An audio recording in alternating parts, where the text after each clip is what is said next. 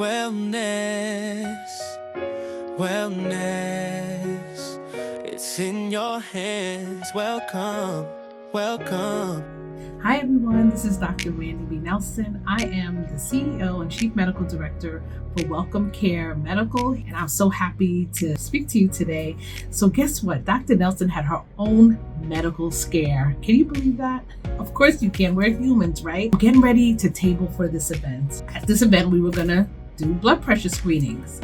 So I said, I'm gonna check my own blood pressure.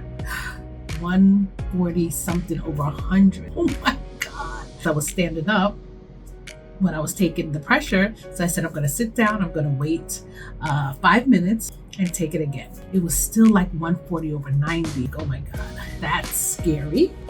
So I said, okay, I'm going to this event because I promised I would go. So of course, the days go by, trying to make an appointment, but I couldn't get it. Later in that week, sure enough, it was still elevating, 143 over like 180. So I said, you know what? I'm going to go into the ER. It's kind of frightening because we know, or maybe you don't know, but undiagnosed hypertension is a major killer. So here are some statistics for you. Across the globe, 10 million individuals die of hypertensive disease. In the United States, the number is more towards about 700,000. Nearly half of adults in the United States have hypertension. That's about 119 million people. Hypertension is defined as a systolic blood pressure greater than 130 or a diastolic, which is the lower number, blood pressure greater than 80. Now, what are some of the risk factors? So risk factors can be defined as risk factors that you can change or modifiable, or risk factors that you cannot change, non-modifiable. Age. As you age, your risk for hypertension increases. Okay, so that would explain why at a younger age, my blood pressure was always perfect, but as I got older, it's increased a bit. Family history. If you have a strong family history of high blood pressure, it can increase your risk. Also race. Black people have a higher risk of hypertension. And I'm Black, so that increases, my risk factor increases as well. Now, the modifiable risk factors include weight. The obesity and overweight increases your risk of hypertension.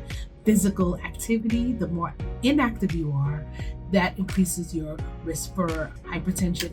And diet. Of course, nutrition is everything. If you eat a very high salty diet, that will definitely increase your risk. Stress levels. We live in a very stressed out world. And we are so stressed out. We have this 24/7 news cycle. A lot of us tune into it, or maybe you don't even turn on the television. It could be on your social media feeds. And as a result, our stress level increases, and that can have detrimental effects on your body, including your blood vessels. And then there's certain medical conditions that can increase your risk for hypertension, such as diabetes and kidney disease.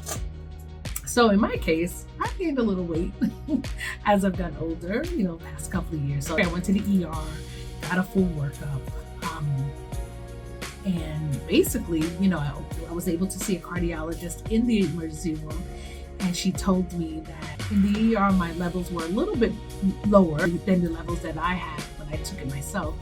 It was like 135 over 83. So she's like, okay, well, you have two choices. We can either start you on a low dose medication, or we can institute some lifestyle changes. So I opted for the lifestyle changes.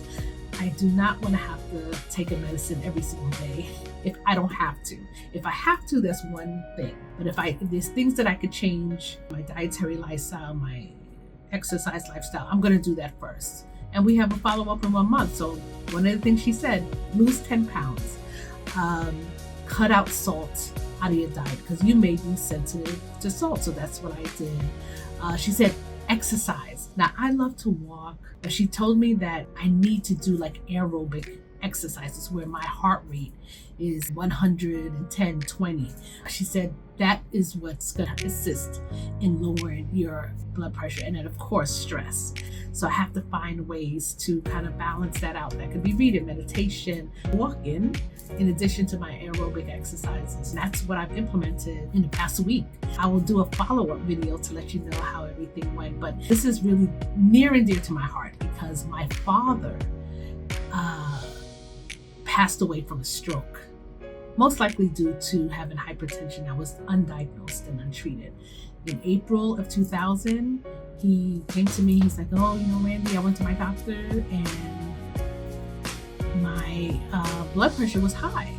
At the time, I was not in medicine. I was in business. So I didn't really think much of it. He didn't get a chance to do a second visit, a follow-up visit. This was mid-April, but he got that first diagnosis. The last week of Memorial Day weekend, May of 2000, he had a massive, major hemorrhagic stroke, and he passed away 2 weeks later. So I'm passionate about this. At our health center, we're going to start doing blood pressure screenings. So make sure you stay tuned so you can learn more about it. Go to your doctors and have your regular checkups because this is the way to catch it. But if you're also feeling headaches, dizziness, go to your doctor and have yourself checked out, okay? So this is Dr. Randy. Come by in person. We do in-person and virtual visits. Okay, hope to see you soon. Bye-bye.